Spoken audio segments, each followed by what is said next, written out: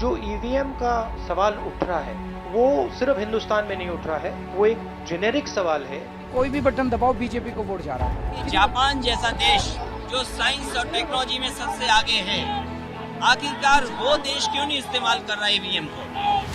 ये सवाल किसी दल का नहीं है, सवाल लोकतंत्र भरोसे का है। अमेरिका, इंग्लैंड, इटली, जर्मनी और जापान जैसे कई देशों में चुनाव के लिए आज भी ईवीएम का इस्तेमाल नहीं किया जाता।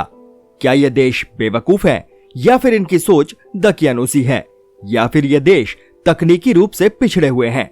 नहीं, ऐसा कतई नहीं है।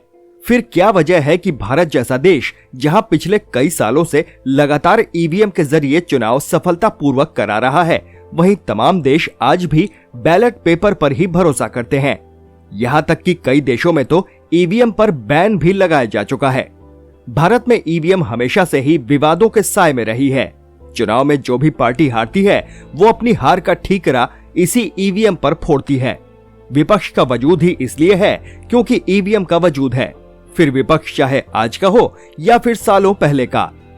साल 1977 में भारतीय चुनाव आयोग ने सरकारी company electronics corporation of India यानी ECIL को ईवीएम बनाने की जिम्मेदारी दी थी। 2 साल बाद ही ECIL ने ईवीएम का प्रोटोटाइप पेश कर दिया। 6 अगस्त 1980 को चुनाव आयोग ने पॉलिटिकल पार्टीज को इसका डेमो दिया। इलेक्शन कमीशन की वेबसाइट eci.gov.in पर मौजूद जानकारी के मुताबिक मई 1982 में भारत के इतिहास में पहली बार चुनाव में ईवीएम का इस्तेमाल किया गया और इस अद्भुत, अभूतपूर्व और गौरवशाली परिवर्तन का साक्षी बना केरल। यहाँ के विधानसभा उपचुनाव में एर्नाकुलम जिले के परबूर कॉन्स्टिट्यूएंसी में 50 बूथों पर ईवीएम का प्रयोग किया गया। हालांकि कम ही लोग जानते होंगे कि ये प्रयोग तकनीकी वजहों से असफल साबित हुआ था। इस उपचुनाव में कांग्रेस के कैंडिडेट AC जोस CPI के कैंडिडेट सिवान पिल्लई से हार गए थे।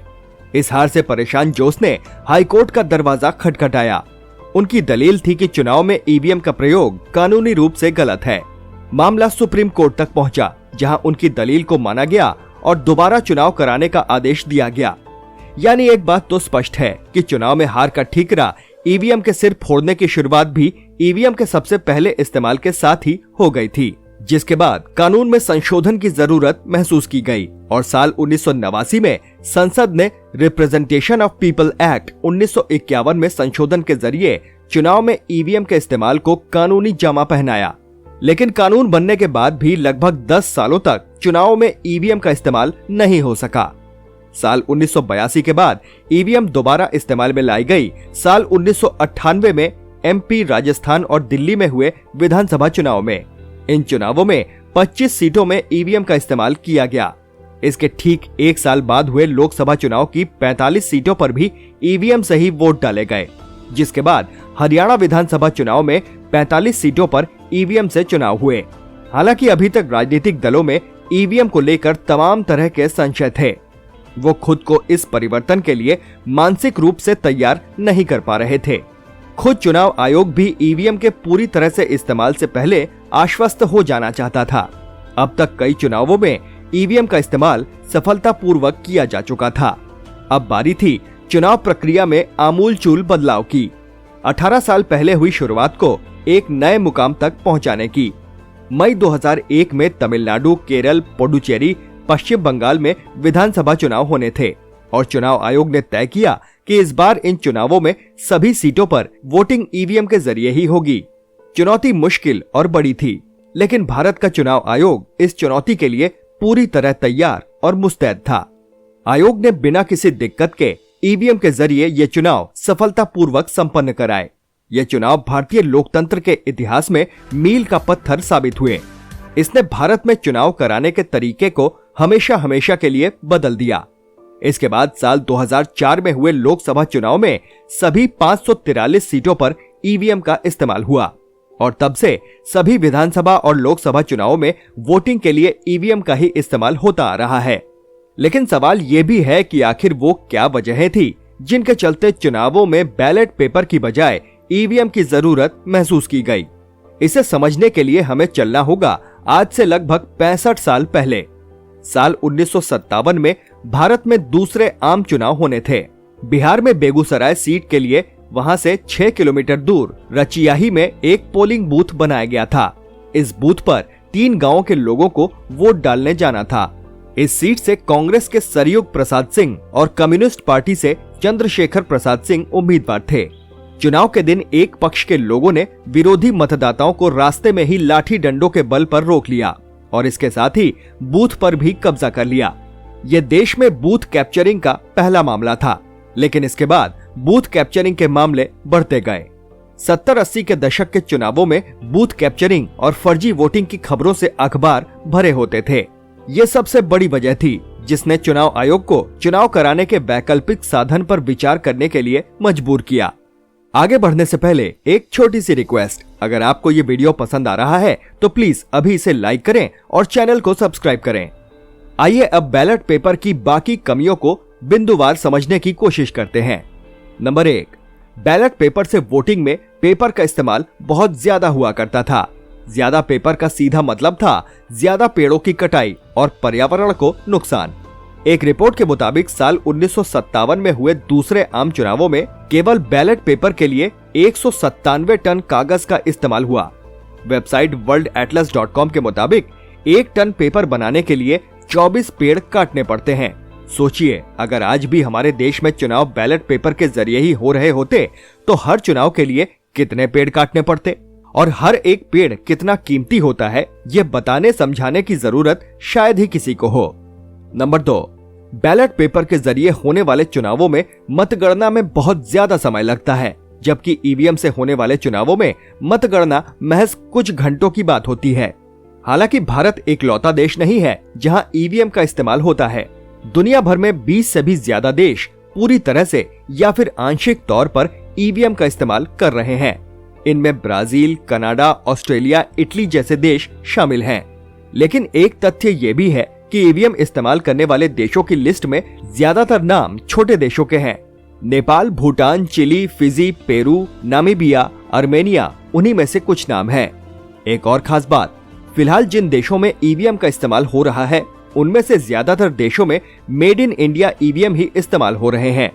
लेकिन बड़ा सवाल ये है कि दुनिया के ज्यादातर देश अभी भी चुनावों के लिए बैलेट पेपर ही क्यों पसंद करते हैं और क्या वजह है कि कई देशों में ईवीएम का इस्तेमाल शुरू तो हुआ लेकिन बाद में इसे बैन भी कर दिया गया। अमेरिका जैसा विकसित और आधुनिक देश भी वोटिंग के लिए ईवीएम पर नहीं बल्कि परंपरागत बैलेट पेपर का ही इस्तेमाल करता है। अमेरिकी चुनाव आयोग इसके पीछे की वजह बताता है कि अमेरिकी नागरिकों को इलेक्ट्रॉनिक सिस्टम पर उतना भरोसा नहीं है। उन्हें लगता है कि ईवीएम हैक की जा सकती है, बजाय इसके उन्हें बैलेट पेपर पर पूरा भरोसा है। इसके अलावा परंपरा से जुड़ाव भी इसके पीछे एक बड़ी वजह हो सकती है। साल 2006 में ईवीएम का इस्तेमाल करने वाले सबसे पुराने देशों में शामिल नीदरलैंड ने भी ईवीएम पर बैन लगा दिया था। साल 2009 में जर्मनी की सुप्रीम कोर्ट ने ईवीएम को असंवैधानिक बताते हुए बैन कर दिया था। इटली में भी ईवीएम बैन की जा चुकी है। दुनिया के तमाम देशों में ईवीएम का इस्तेमाल न किए जाने या बैन लगाए जाने के पीछे जो सबसे बड़ी वजह समझ में आती है वो है इसके हैक किए जाने का डर। लेकिन इस मामले में भारतीय चुनाव आयोग का स्टैंड एकदम क्लियर है। चुनाव आयोग का दावा है कि उनकी ईवीएम को हैक नहीं किया जा सकता। इस दावे के पीछे के तर्क को समझना भी जरूरी है। असल में भारत में बनी ईवीएम स्टैंड अलोन मशीनें हैं, यानी उसे ना ही तो किसी कंप्यूटर से कंट्रोल किया जा सकता है और ना ही उसे इंटरनेट या किसी अन्य नेटवर्क से जोड़ा जा सकता है। इतना ही नहीं, ईवीएम में जो सॉफ्टवेयर इस्तेमाल होता है उसे रक्षा मंत्रालय और परमाणु ऊर्जा मंत्रालय से जुड़ी सरकारी कंपनियों के इंजीनियर बनाते हैं और इसके सोर्स कोड को किसी से साझा नहीं किया जाता। अमेरिका में भी कुछ राज्यों में ईवीएम का इस्तेमाल होता है, लेकिन वो ईवीएम मशीनें भारत की ईवीएम से बहुत हद तक अलग है। भारत की ईवीएम स्टैंड अलोन मशीनें होती हैं, जबकि अमेरिका की ईवीएम सर्वर से कनेक्ट होती है और इसे इंटरनेट के जरिए ऑपरेट किया जाता है, जिसके चलते उसे हैक किए जाने की संभावनाएं हमेशा बनी रहती है।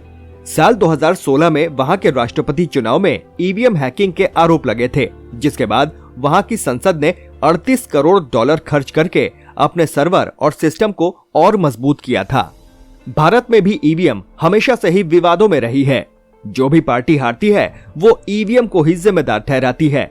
आज का विपक्ष भी यही कर रहा है। लेकिन एक चौंकाने वाला तथ्य ये भी है कि ईवीएम की विश्वसनीयता पर सबसे पहला और सबसे बड़ा सवालिया निशान खुद आज केंद्र में सत्ताधारी पार्टी बीजेपी ने लगाया था। साल 2009 में बीजेपी ने एक किताब लॉन्च की थी जिसका नाम था democracy at risk, can be trust our electronic voting machine. इस किताब को लिखा था बीजेपी नेता जीवीएल नरसिम्हा राव ने, जिसमें ईवीएम को लोकतंत्र के लिए ही खतरा बताया गया था। इसी साल बीजेपी नेता सुब्रमण्यम स्वामी ने दावा किया था कि ईवीएम के जरिए होलसेल फ्रॉड संभव है। तब से लेकर आज तक ईवीएम विवादों में ही रही है। कभी कोई दल तो कभी कोई दल अपनी खींच ईवीएम पर उतारता ही रहता है। हर चुनाव के बाद फिर चाहे वो विधानसभा का हो या फिर लोकसभा का, ईवीएम हैकिंग का मुद्दा गरमाता ही है। ईवीएम पर आरोप चाहे जितने लगते रहे हों, लेकिन कभी भी कोई दल उसे साबित नहीं कर पाया।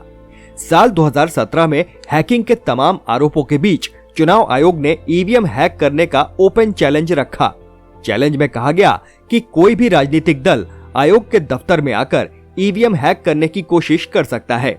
हैरत की बात तो यह है कि अब तक ईवीएम हैक करने के दावे ठोकने वाली तमाम पार्टियों ने इस चुनौती को स्वीकार नहीं किया। हालांकि दो पार्टियों एनसीपी और सीपीएम से नेता आयोग के दफ्तर पहुंचे जरूर, लेकिन चैलेंज एक्सेप्ट करने से वो भी पीछे हट गए।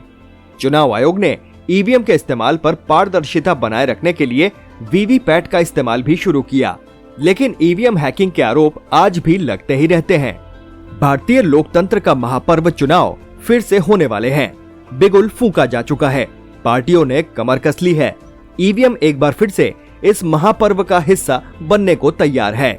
हम ये स्पष्ट कर दें कि हमें ईवीएम की विश्वसनीयता पर किसी तरह का कोई संदेह नहीं है, न ही हमारा उद्देश्य किसी तरह का भ्रम पैदा करना है, बल्कि चुनाव आयोग की ही तरह हम भी पूरी तरह आश्वस्त हैं कि हमारे देश में बनी इलेक्ट्रॉनिक वोटिंग मशीन न केवल सर्वश्रेष्ठ हैं, बल्कि पूरी तरह टेम्पर प्रूफ हैं, जिन्हें हैक करना या उनके साथ किसी भी तरह की छेड़छाड़ करना असंभव है।